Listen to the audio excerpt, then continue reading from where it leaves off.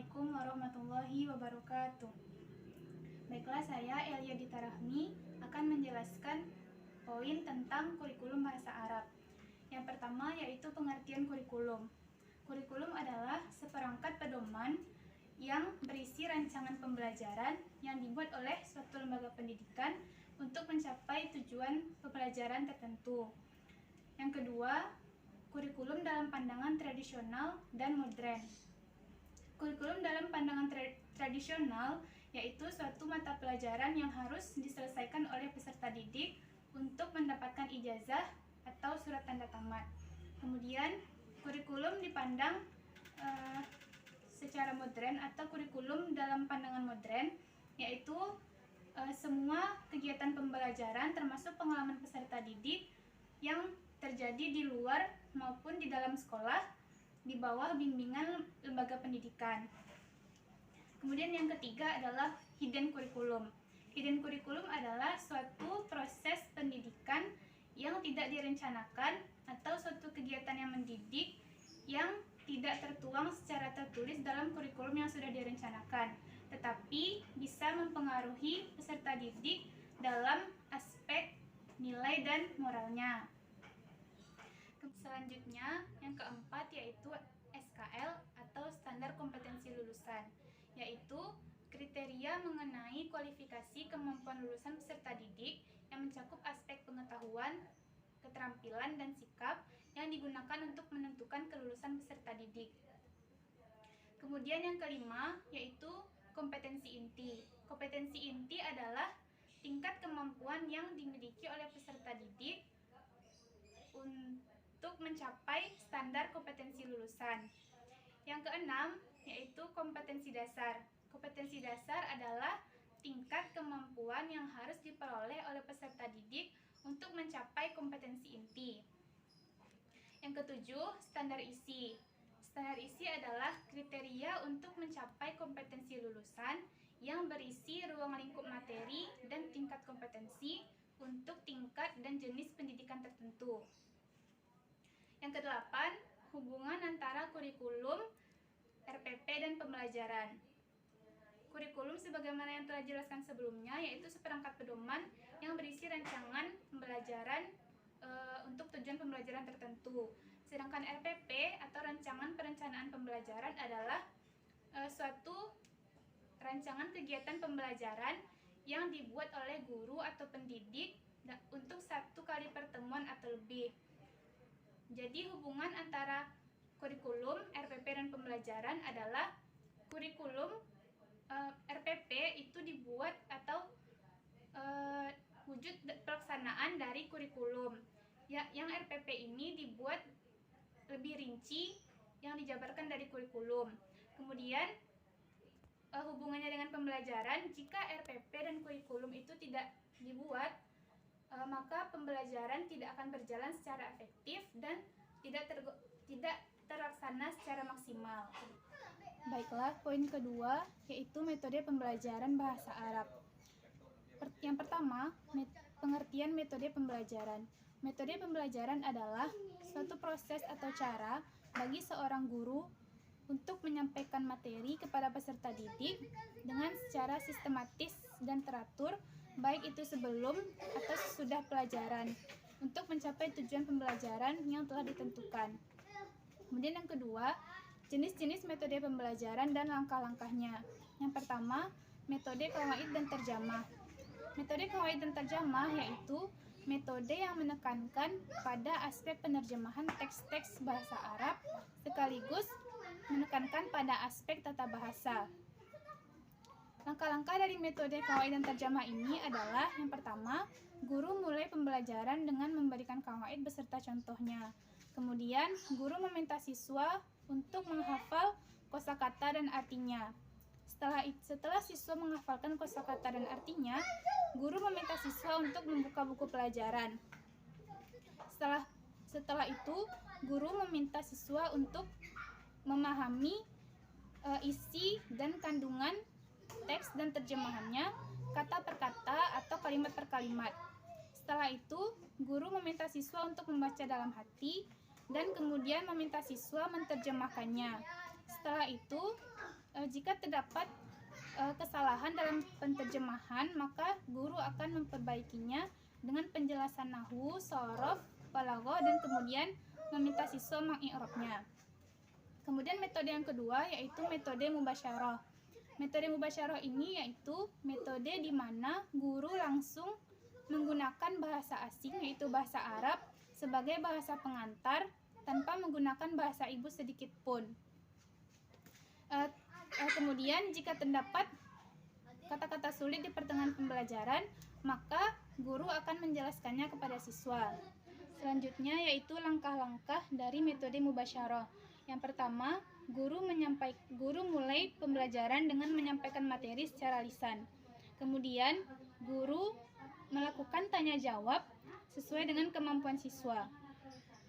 Selanjutnya, guru meminta siswa untuk membuka buku pelajaran dan memberikan teks bacaan, dan selanjutnya meminta siswa untuk membacanya secara bergantian. Kemudian, guru meminta siswa untuk menjawab pertanyaan yang ada di dalam buku secara lisan. Dan terakhir, guru memberikan kepada siswa sebuah bacaan sesuai dengan tingkat kemampuan siswa. Metode yang ketiga yaitu metode qiraah. Metode qiraah adalah metode pembelajaran bahasa yang dilaksanakan dengan membaca teks dan memahami isi atau kandungan teks tersebut. Kemudian langkah-langkah dari metode qiraah ini, yang pertama, guru mulai pembelajaran dengan memberikan mufradat atau istilah-istilah yang sulit. Kemudian guru menjelaskan artinya atau dengan cara memberikan contoh. Selanjutnya, guru memberikan kesempatan kepada siswa untuk membaca dalam hati selama 5-10 menit. Kemudian, guru dan siswa mendiskusikan isi teks tersebut. Dengan cara tanya jawab.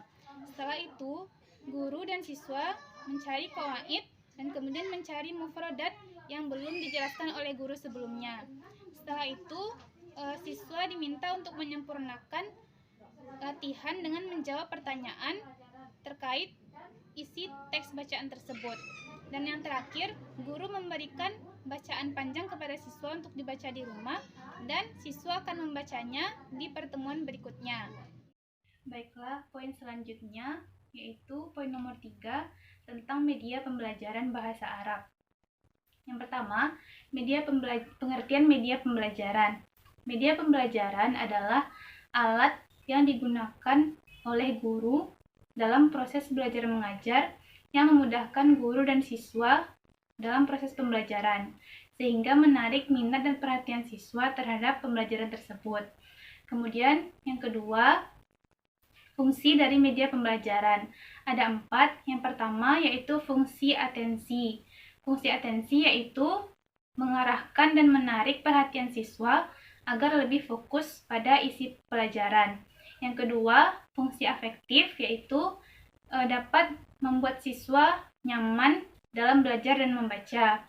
Yang ketiga, fungsi kognitif yaitu mempermudah siswa dalam mengingat dan memahami informasi.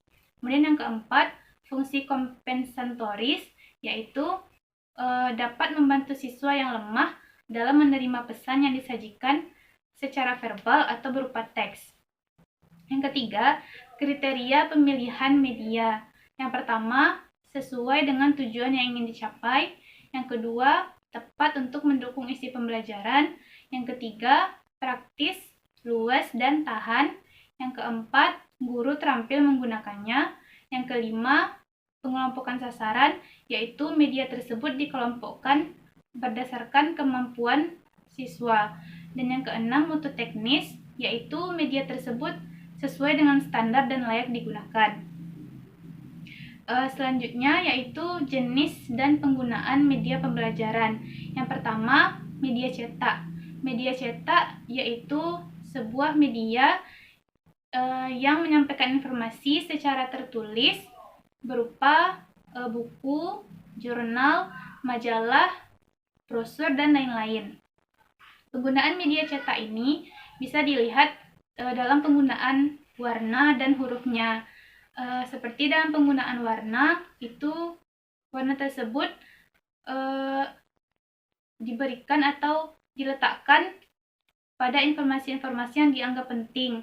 Begitu juga dengan penggunaan huruf, yaitu dicetak tebal atau dicetak miring untuk menekankan kata kunci atau informasi yang dianggap penting. Yang kedua yaitu media visual. Media visual adalah media yang menyampaikan informasi dengan dapat dilihat oleh orang menggunakan panca indera yaitu mata. Penggunaan media visual ini bisa berupa gambar, slide PowerPoint yang bisa dilihat oleh peserta didik. Kemudian yang ketiga yaitu media audiovisual. Media audiovisual yaitu media yang menyampaikan informasi bisa dengan menggunakan panca indera yaitu pendengaran dan penglihatan. Penggunaan media audiovisual ini bisa berupa video yang berisi gambar dan suara yang akan ditayangkan kepada peserta didik.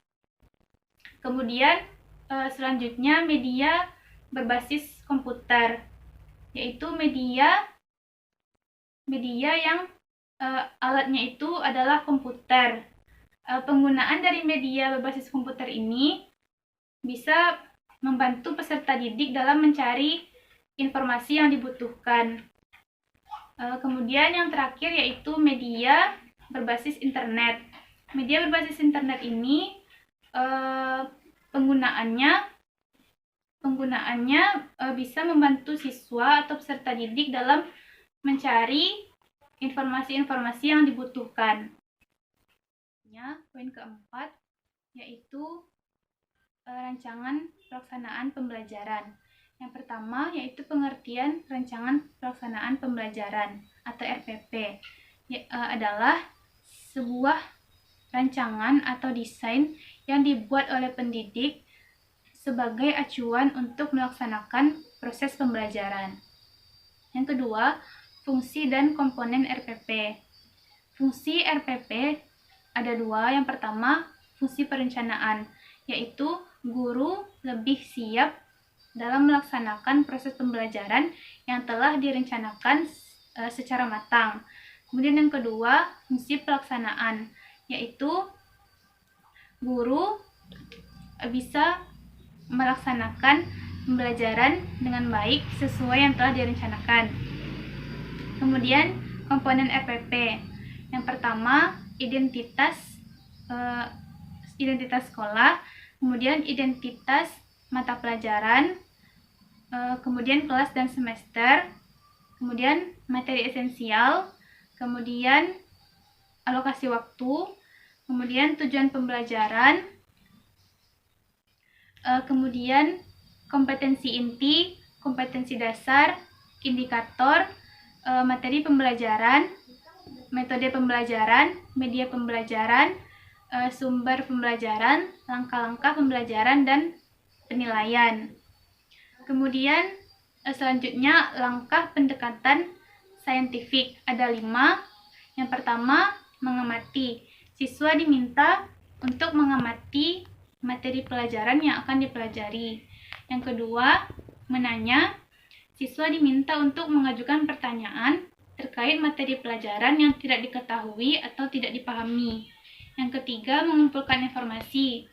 Setelah siswa bertanya, siswa dapat mengumpulkan informasi dari berbagai sumber terkait materi yang dipelajari.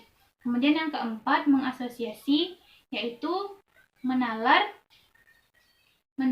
informasi tersebut dan disimpulkan berupa pengetahuan. Yang kelima, yaitu mengkomunikasikan. Pendidik memberikan kesempatan kepada peserta didik untuk mengkomunikasikan informasi tersebut dengan menuliskan atau menceritakan informasi yang telah dikumpulkan sebelumnya. Selanjutnya, poin kelima, yaitu evaluasi pembelajaran. Yang pertama, pengertian evaluasi pembelajaran, yaitu suatu kegiatan yang dilakukan secara sistematis untuk mengukur kemampuan peserta didik dari segi sikap, pengetahuan, dan keterampilan. Yang kedua yaitu tujuan evaluasi. Tujuan evaluasi yaitu untuk mengukur sejauh mana tingkat keberhasilan peserta didik dalam mencapai tujuan yang telah ditetapkan. Selanjutnya yaitu syarat evaluasi yang baik. Yang pertama yaitu memenuhi kriteria validitas, reliabilitas, dan praktikabilitas. Kemudian mendidik dan bermakna, berorientasi pada kompetensi, kemudian adil dan objektif, kemudian kontinuitas dan komprehensif. Yang selanjutnya yaitu pengertian penilaian otentik dan instrumen yang digunakan. Pengertian penilaian otentik adalah penilaian untuk mengukur sikap, keterampilan, dan pengetahuan peserta didik. Instrumen yang digunakan dalam penilaian otentik ini adalah yang pertama, yaitu penilaian kompetensi sikap. Penilaian kompetensi sikap ini bisa dilakukan dengan observasi, penilaian diri, atau penilaian teman sejawat oleh peserta didik. Dan instrumen yang digunakan bisa berupa daftar cek atau daftar cek dan skala penilaian yang dilengkapi dengan rubrik. Kemudian yang kedua yaitu penilaian kompetensi pengetahuan. Penilaian kompetensi pengetahuan ini bisa dilakukan melalui tes tulis, tes lisan, dan penugasan. Kemudian yang ketiga yaitu penilaian kompetensi keterampilan. Penilaian kompetensi keterampilan ini bisa dilakukan melalui penilaian kinerja dengan menggunakan tes praktik, proyek, atau portofolio. Dan instrumen yang digunakan yaitu daftar cek, skala penilaian yang dilengkapi dengan rubrik. Poin selanjutnya yaitu jenis-jenis tes bahasa Arab. Yang pertama, berdasarkan tujuan. Poin pertama yaitu tes seleksi. Tes seleksi adalah tes yang diselenggarakan untuk memilih peserta yang memenuhi persyaratan. Kemudian yang kedua, tes penempatan. Tes penempatan yaitu tes yang diselenggarakan untuk menempatkan seseorang pada suatu kelompok yang sesuai dengan kemampuan yang dimilikinya. Yang ketiga yaitu tes hasil belajar. Tes hasil belajar adalah tes yang diselenggarakan untuk mengetahui hasil yang telah dicapai. Yang keempat, tes diagnostik, yaitu tes yang diselenggarakan untuk mengetahui kesulitan-kesulitan dalam suatu tes. Yang kelima yaitu tes uji coba, tes yang diselenggarakan untuk mengetahui apakah tes tersebut sudah memiliki ciri yang baik. Selanjutnya yaitu berdasarkan waktu pelaksanaan. Yang pertama, tes masuk, yaitu tes yang diselenggarakan sebelum dan menjelang suatu program pengajaran bahasa itu dimulai.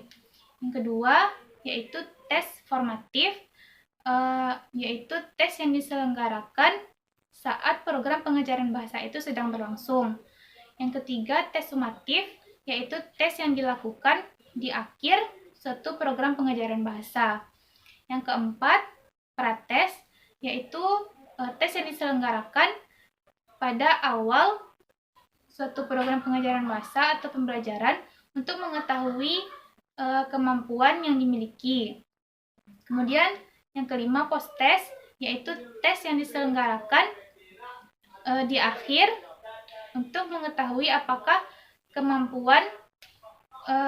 kemampuannya yang di awal sama dengan yang di akhir nantinya. Kemudian jenis tes berdasarkan cara mengerjakannya. Yang pertama yaitu tes tulis, yaitu tes yang dikerjakan dalam bentuk tertulis. Kemudian yang kedua, tes lisan, yaitu tes yang diselenggarakan berupa dalam bentuk lisan. Kemudian tes berdasarkan jumlah peserta. Yang pertama yaitu tes perseorangan, yaitu dilakukan secara individu. Kemudian yang kedua, tes kelompok, yaitu tes yang dilakukan oleh beberapa orang. Kemudian tes berdasarkan bentuk jawaban, yaitu tes yang pertama yaitu tes objektif. Tes objektif ini terdiri dari beberapa bentuk, yaitu tes betul benar salah, pilihan ganda, dan menjodohkan. Kemudian yang kedua yaitu tes non objektif, yaitu tes ini bisa berupa esai. Selanjutnya tes berdasarkan cara penilaian. Yang pertama yaitu tes subjektif. Tes subjektif ini yaitu penilaiannya didasarkan pada kesan seseorang atau pendapat pribadi seseorang. Kemudian yang kedua yaitu tes objektif, yaitu tes ini dilakukan, hasilnya akan sama walaupun orang yang menilainya berbeda. Mungkin itulah presentasi yang dapat saya sampaikan. Mohon maaf jika terdapat kesalahan. Assalamualaikum warahmatullahi wabarakatuh.